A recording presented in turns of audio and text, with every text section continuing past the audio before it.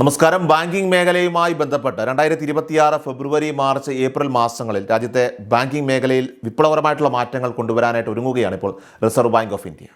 സാധാരണക്കാരായ ബാങ്ക് ഇടപാടുകാരെ നേരിട്ട് ബാധിക്കുന്നതും അവർ അറിഞ്ഞിരിക്കേണ്ടതുമായിട്ടുള്ള സുപ്രധാന തീരുമാനങ്ങളാണ് ഇപ്പോൾ പുറത്തു വന്നിരിക്കുന്നത്.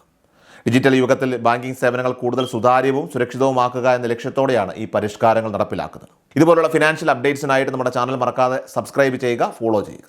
നമ്മുടെ സാമ്പത്തിക ഭദ്രത ഉറപ്പാക്കുന്നതിനായിട്ട് ഓരോ ഉപഭോക്താവും ഈ മാറ്റങ്ങളെക്കുറിച്ച് ബോധവാന്മാരായിരിക്കേണ്ടതാണ്. ഇതിലൂടെ അനാവശ്യമായിട്ടുള്ള പിഴകൾ ഒഴിവാക്കാനും ബാങ്കുകളിൽ നിന്നുള്ള സേവനങ്ങളൊക്കെ തന്നെ മെച്ചപ്പെട്ട രീതിയിൽ ഉപയോഗപ്പെടുത്താനും നമുക്ക് സാധിക്കും. വായ്പ തിരിച്ചടവ് മുടങ്ങുന്ന സാഹചര്യത്തിൽ ബാങ്കുകളും റിക്കവറി ഏജന്റുമാരും നടത്തുന്ന ക്രൂരമായിട്ടുള്ള നടപടികൾക്ക് കടുത്ത നിയന്ത്രണമാണ് RBI ഇപ്പോൾ ഏർപ്പെടുത്തിയിരിക്കുന്നത്. പലപ്പോഴും വായ്പയെടുത്തവർ നേരിടുന്ന മാനസിക പീഡനങ്ങളും ഭീഷണികളും കാരണം നിരവധി ആത്മഹത്യകൾ റിപ്പോർട്ട് ചെയ്യപ്പെട്ട പശ്ചാത്തലത്തിലാണ് ഈ ഒരു നീക്കം. ജൂലൈ 1 മുതൽ പ്രാബല്യത്തിൽ വരുന്ന പുതിയ കരട് നിർദ്ദേശങ്ങൾ പ്രകാരം ഉപഭോക്താവിനെ അധിക്ഷേപിക്കാനോ ശാരീരികമായോ മാനസികമായോ ഉപദ്രവിക്കാനോ ബാങ്കുകൾക്കോ ഏജന്റുമാർക്കോ അനുവാദമില്ല. വായ്പ തിരിച്ചടയ്ക്കാൻ കഴിയാത്തതിൻ്റെ യഥാർത്ഥ കാരണം മനസ്സിലാക്കി ഉപഭോക്താവിന് ആശ്വാസ നടപടികൾ ബാങ്കുകൾ നൽകാനായിട്ട് ബാധ്യസ്ഥരാണ്. ഏജന്റുമാരുടെ പേരും വിവരങ്ങളും മുൻകൂട്ടി അറിയിക്കണമെന്നും രാവിലെ 8 മണി മുതൽ വൈകിട്ട് 7 മണി വരെയുള്ള സമയം മാത്രമേ ഇടപാടുകാരെ ബന്ധപ്പെടാവൂ എന്നും കർശനമായിട്ടുള്ള നിയമവും. വിവാഹം, മരണം തുടങ്ങിയ അവസരങ്ങളിലൊക്കെ വീടുകളിൽ ചെന്ന് പണം ആവശ്യപ്പെടുന്നത് ഒഴിവാക്കണമെന്നും RBIയുടെ നിർദ്ദേശത്തിൽ പറയുന്നുണ്ട്.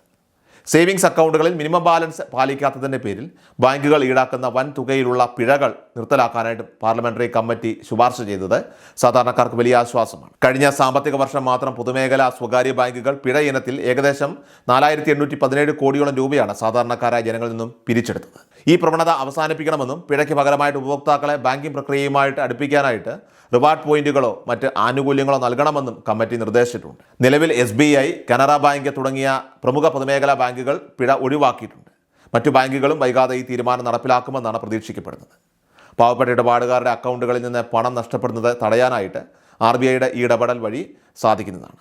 ഡിജിറ്റൽ ഇടപാടുകൾ വർദ്ധിച്ചു വരുന്ന സാഹചര്യത്തിൽ ഓൺലൈൻ തട്ടിപ്പുകൾക്ക് ഇരയാകുന്നവർക്കായിട്ട് RBI പുതിയൊരു ഇൻഷുറൻസ് പദ്ധതി കൂടി ഇപ്പോൾ ആവിഷ്കരിച്ചിട്ടുണ്ട്.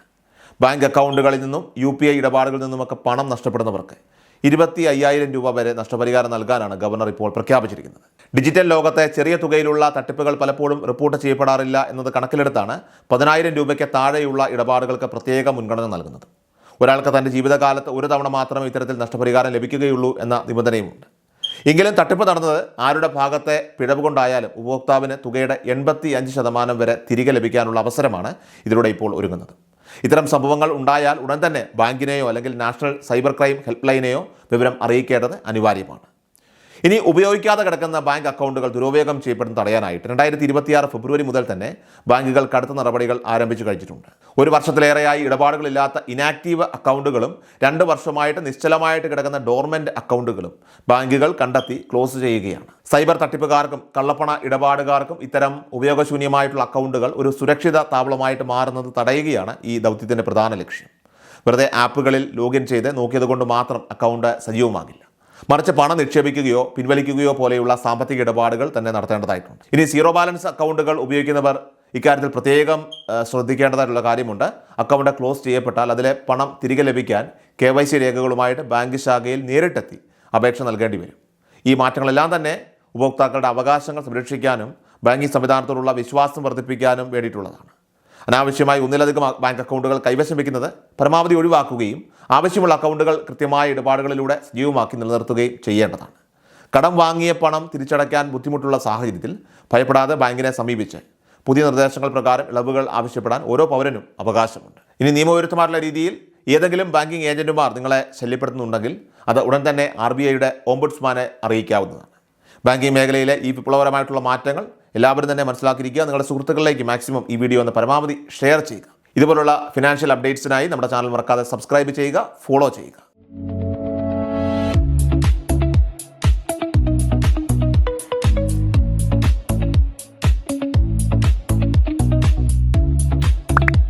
Please subscribe our channel.